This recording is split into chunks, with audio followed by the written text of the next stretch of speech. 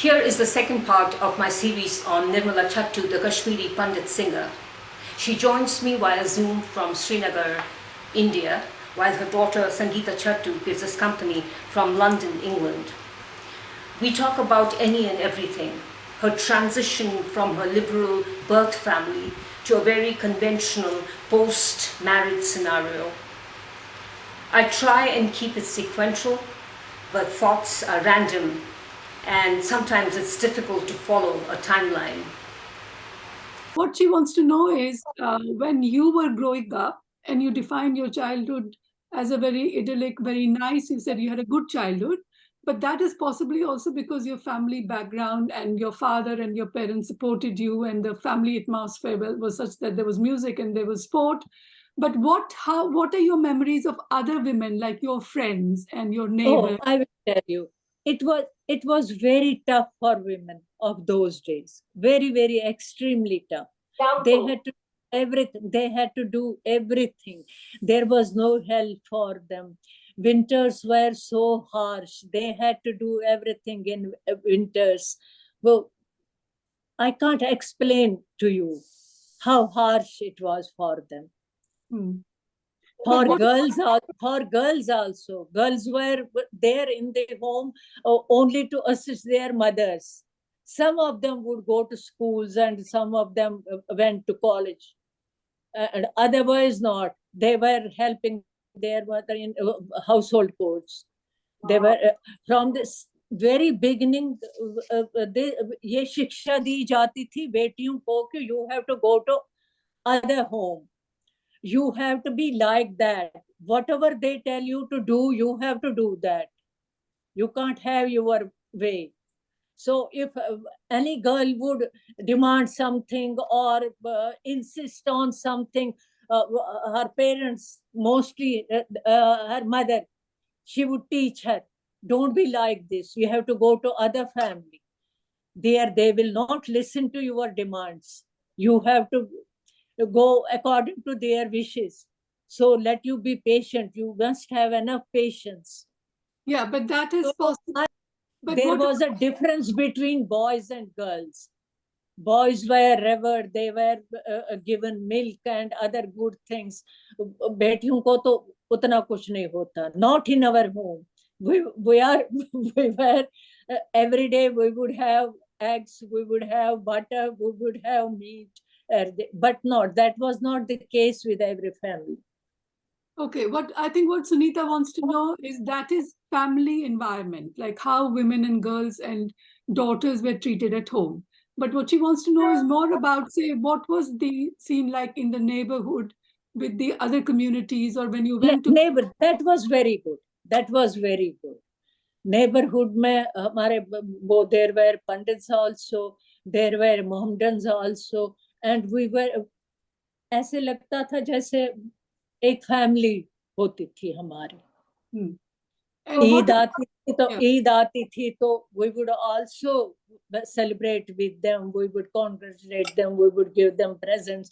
शिवरात्रि होती थी तो they would come to our place, they would congratulate us, we would hug each other, and there were वो rope होता था वो folk song.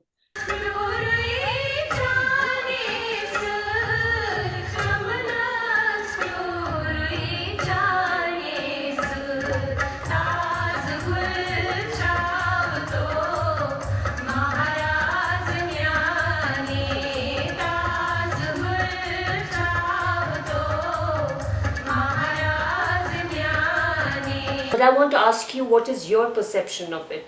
What was happening? There was the slow emergence of Mr. Sheikh Abdullah. And what was happening? What was the turmoil that you could feel or see? Sangeeta? And then during that time, if you look at who the landed labor was, the Hindus and the Muslims might have been big landlords. But like, for example, I know my Nanaji's family, that side had a lot of land. And then when Sheikh Abdullah came, that was around the time because there was a lot of socialist movement in which both Muslims and Hindus equally, the literate really participated in that in terms of changing the conditions. and to say that the land actually should What go. was the difference? What was the difference between Hindus and Muslims? No. You want to- She wants to know about they said about division of labor and economically why What was in families? In families, oh, no in the society as a whole. For example, who were the people who were doing the menial jobs? For example, say the who was cleaning the toilets. The sheikh was always a Muslim. If people had a lot of land, like for example, when Sheikh Abdullah wanted to introduce the largest land reform policy in the whole of Asia, the Big Landed Estates Act, due to which the land was then given back to the tillers. So yeah, at that time, do you yeah. remember what were the social issues in the broader society? That's what she wants to know about. Everybody didn't have, were not landowners. Yeah. My father was a landowner. Yeah. He, before when that law was passed, land to the tiller, he himself gave that land to tiller, and whatever was, whatever he could keep for himself, he had it, and he surrendered all his land to the government. But there were so many families who tried to retain, and they told the government, we will till land ourselves, we won't give to the tiller. But that was not possible. Nobody could go from cities to gaon jaake fir wo karta hai. That was not. Everybody had to surrender. What they did at that time, they distributed their lands between their children, between the brothers. My father didn't do that. Everybody told him, his friends, his relatives, why don't you distribute your land among your sons at least, among your children, so that you don't have to give all. And he said, no, what for do I need so much? He surrendered all extra land. What if you did not surrender it willingly? Did they forcibly take it away? The law was passed that land should go to the tiller. Whosoever tills the land, he will take the produce. So that would be the Muslims, right?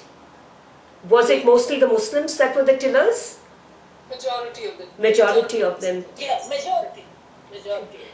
Because that's where the labor came from. And Yeah, majority. Because that's where the labor came from. And also when, say, for example, during the last Dogra rule, the roads that were built all the way leading to That Sheikh Muhammad Abdullah did it. Hmm. In his time happened, land to the tiller. Yeah. It was done that time, yeah. So did that impact the Kashmiri Pandits a lot, or did they take it in their stride, or what happened? Did that lead to Kashmiri Pandits becoming more deprived, poorer?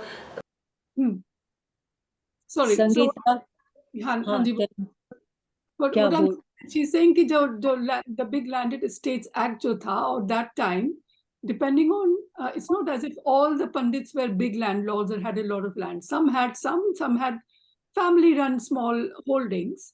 But it is true that educationally, possibly the Pandits were better off. I mean, there was more education in the more of the middle class, wider base rather than the Muslims. Or whole of Pandits, they would go for education. All of them were not landowners. A small section of Pandits were landowners. But they believed in education. They would educate their children. They would get themselves were educated, and they would go to offices. They were the people. They were teachers. They were working in offices. All of them. No mountain. There was no education that time in the other community. They were very. We can't say there was no education. I would say proportionately, the proportion of the Pandits who would have had been. नहीं वो तो बिल्कुल minor था. अगर देखेंगे ना क्या what was the percentage was. Some of them would go. There were so many people who were, but अगर percentage देखोगे तो that was. Pandits would all go for education. They would do other jobs. So what We are will the kinds of jobs? So what are the other kinds of jobs? That's what she wants to know, because then we'll get a sense of what the social system was really like.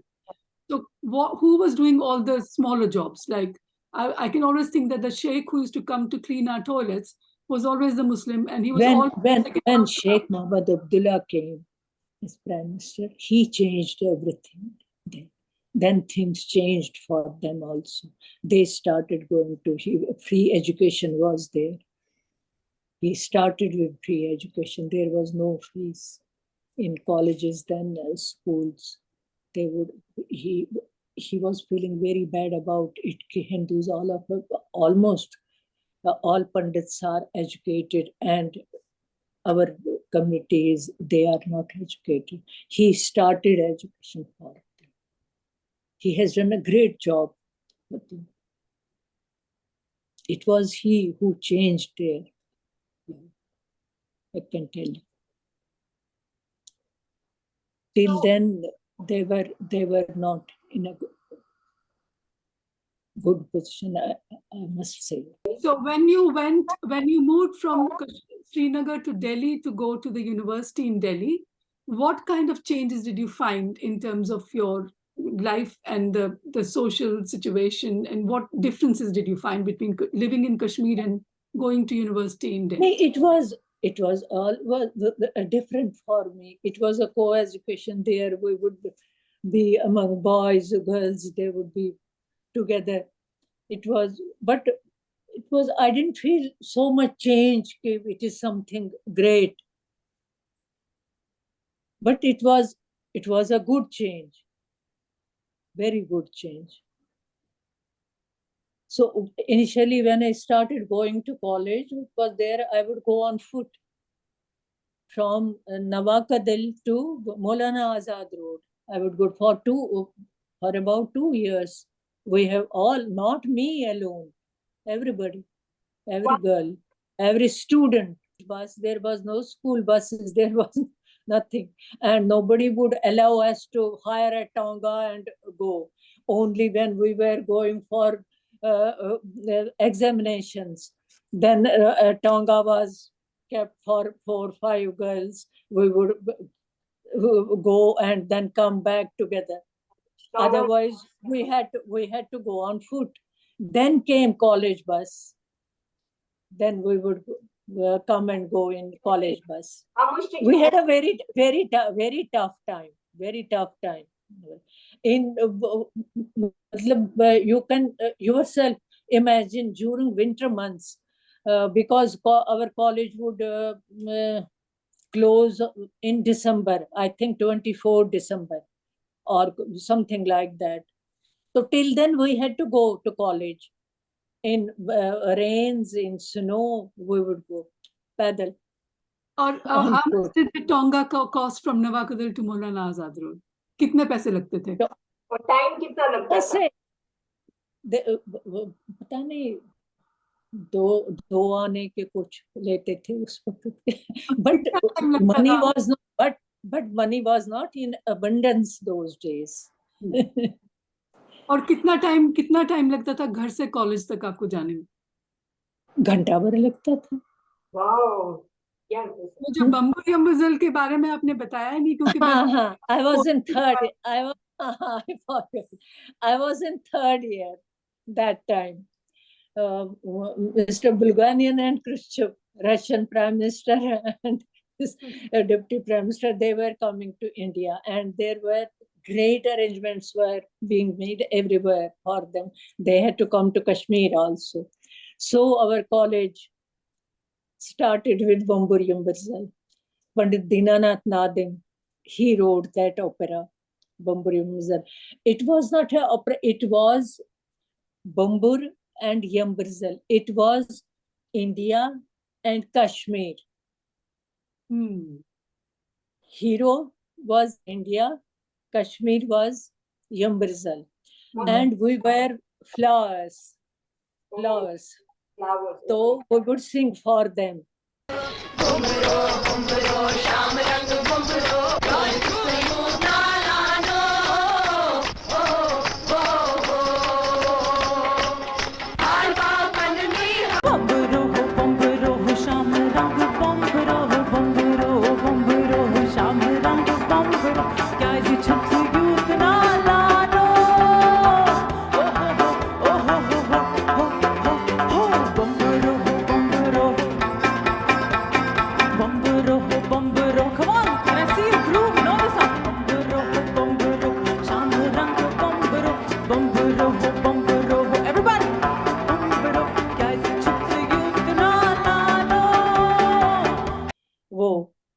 And there were so many songs in that.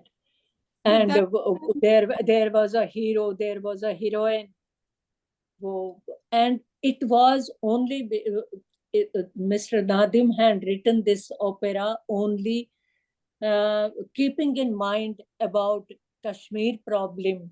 What was that? Because Pakistan would always claim Kashmir is ours. So he made this opera. And everything was excellent in execution of Mr. The streets of Delhi were gaily decorated with Indian and Soviet flags to welcome Marshal Buchanan and Mr. Khrushchev on their first visit to India. Yeah, they were very happy. Very happy. So that is very we would go every day from college after our classes to Nido's hotel, crowd practicing. It was a big party. Every day we would have their lunch. They would provide us with lunch, tea, everything, and we would practice for the whole day there. For at least 10-15 days, we had to practice. What Sunita wants to know is that even during that time, remember after partition, when the 370 was signed and India acceded to the Maharaj acceded to India, there was at that time, you had said that there would be a plebiscite at some point later. Then there used to be the UN kind of an observatory office, which is still actually there in Kashmir, was still there. So because the Russians were very, and the Congress government and the first government of India, of independent India, was very close to Russia. Russia, always been close with Russia. Yeah. So what Sunita wants to know is when the delegation came from Russia to Kashmir, given that there was always tension in terms of, as you said, that the opera itself was trying to use a romantic story as a metaphor for the relation between India and Pakistan and Kashmir and New Delhi. So what was the general reaction of having the Russian delegates, the president coming to Kashmir? No, everybody enjoyed it. There was no bad reaction about it. Everybody enjoyed it. There was nothing like that कि वो हंगामा हो जाए या कुछ हो जाए, not in the least. Do you remember these days there is so much security about those days? It was not. There's so much, but there was no hangama. No. We enjoyed. Everybody enjoyed it. My childhood was very good. We had a large family. I had 3 brothers before me. Then I was born and I was very much pampered because I came after 3 brothers. After me, I got I got sister. She's younger to me. Then I got 3 brothers more. Ours was a very big family, but ours was those times were very tough for everybody, and for girls and ladies. I can tell you, it was a tough time for all. But our family was very ahead. My father, our father, he was ahead of times. He gave us all amenities, everything. We would play cricket, we would play badminton, and we had harmonium, we had a gramophone in where we would sing, we would listen to radio. And all of us were, my father was very fond of cricket. When there was cricket matches were going on, and he would be glued to radio for commentary. And that is why we all of us were very, very interested in cricket commentaries. And I had a good childhood. All the brothers and sisters, we were very close to each other, very, very close to each other. We would share everything among ourselves. Then came education. I have hardly gone to school. I have read under the private tuition. For some months, I went to school in Srinagar, and for some months in Jammu. That's all. Then abruptly I went to college. Our college was in Maulana Azad Road. It was a women's college. And I went there. So immediately everybody came to know about my singing. We would sit in a recreation room, all of us, and then we would start singing. Then it became a habit there. Whenever we were in recreation room, I had to sing for everybody. Then came, I passed my intermediate. Those days it was 4 years course after matriculation.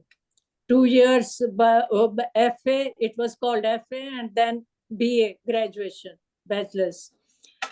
So I passed my FA, then I went to graduate myself. I took music as subject. So I did very well, even though I had not started music from ABC. I at once jumped in 3rd year class and I started learning. But I was so good, my teachers were very, very happy with me. I could pick up at once. And then it became a routine. Whenever there was a function, there was a cultural function, anybody would come and we had to go there, meet them and sing and do these cultural activities. Then I passed my graduation. In the meantime, while doing my graduation, I started going to a private Sadan, Sangeet Sadan. It was called Pulaskar Sangeet Sadan. And late Mr. Dean Cole was my tutor. He was a demonstrator in girls' women's college. He would teach me there, and then he would come to my home to teach me. He had a program in Radio Kashmir. I was leading that musical program. I went to the radio station. We gave that program, and they were very happy. They told Mr. Cole, why doesn't she start singing here? My singing started from that day. He told him, why doesn't she do? I told him, no, it's not possible for me, this and that. Then I graduated and then I went to Delhi for masters. So there was a break, big break. When I completed my masters there, one sec, Mama. When I went there, I also started with singing there. When seniors came there to meet us, to juniors in Delhi University, so then everybody had to sing. So I also sang. I sang a song of, I think, Zafar. So everybody liked it. From that day, I was a star there. So all teachers, university teachers, they would gather, no, you sing for us. Then there were functions in the university and I was always there. I came and I immediately, after coming back from Delhi, immediately I got married to my love. Oh, you knew him before? Oh, wow, that's amazing. It was in a way arranged as it was in a way arranged as well as my own choice. So then I got immediately married and everything changed for me because my family was a very conservative family. Extremely conservative, and everything changed. I will tell you a joke. There was a cricket match going on. So I didn't know about my father-in-law, so he would resent so much. So my husband also, he was also very fond of cricket and he would always listen to cricket commentary. He tuned the radio for a commentary and I am also listening to it. We are both of us are listening. My father-in-law came and put off the radio. What are you doing? Is this the way to do? Then I said goodbye. No more commentary. Then everything changed. I became a bahu there, whatever they would like. I had, halanki, they would love me so much. My father-in-law, he was as good as my own father. And I still miss him so much. And he was a great educationist, but he was very conservative. My husband, great husband, I can never forget what he has done for me. He would leave his all work and accompany me to radio station and be there for the whole day. When I gave audition, I was selected. Then I had to give programs. I would give programs. 4 programs were in a month, and that was too much. It were 7, 8 songs in a day. I had to prepare. And in my home, I couldn't practice. I couldn't do anything. I would go from doing my household chores to radio station and sing there. I don't know how could I, but my husband helped me there. I'm a social activist now. So what are the I have opened my NGO recently 2 years back, and before that I am member of ASHI, that is Association for Social Health in India. And another organization, J&K Senior Citizens Welfare Council. I was president there for 3 years. I worked hard there. Now I'm running my own NGO and I'm working with these 2 organizations also. I spend all my time. What are the things you do? What are the things you do for the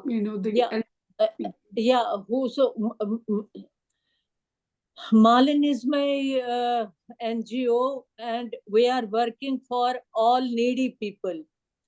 Mostly, we are all senior citizens. All members are senior citizens, and we are working. Whosoever is in need of any help, we try to help them in whatever way we can help them. And for last 3 years, before that also, when I was president of Senior Citizens Welfare Council, I had opened a daycare center here in around here, my place. Initially, males as well as females would come there for the day.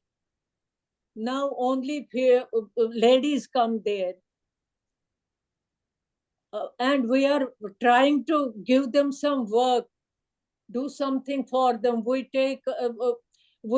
help them in all their, they had to prepare these Ayushman cards. We help them there. We help them medically also. We organize health camps for them.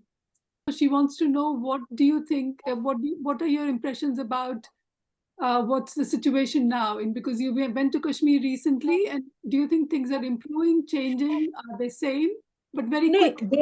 There is nothing. You go there and you feel okay, there is something wrong. अगर ऐसे देखोगे तो everything looks normal, but it is not normal. Recently, 4 people have been killed. 1 colonel, 1 major, 1 deputy superintendent, and another person in an encounter in Anantnag. Things are not normal. They say things are better, we have normalized everything. That is false. Encounters are there daily. What about tourism? But they don't do any harm to general people. They don't. But if we are on roads, so sometimes they attack these security people, and anybody comes in that thing. Anybody can happen to anybody. What do you think is the situation? Generally, they don't bother people. Yes. Okay, the final Amarnath Yatra is going on. They didn't do anything. Then everything was done peacefully. Okay. Till now, आगे नहीं पता क्या होगा. Did you see lots of tourists in Srinagar while you were there? Yeah. We had a very good tourist season, and tourists have again started coming here in September also. Sanju's hotel is also almost full this time. Okay. Tourists are coming. They didn't do any harm to them this time. Last time there were some instances, but not this time. Everything went smoothly. If you go there, you won't find anything wrong there. You will say hustle, bustle, you will see everything normal there. But internally, it is not so. It's not so. Things are not good, things are bad. Things are getting from bad to worse. They are under pressure. They know security forces, they are not going to leave us. They will do this, they will do that. But once there is some change, nobody knows what is going to happen. Let us hope all goes well, but we don't think it is going to be all right. Thank you So much. so much.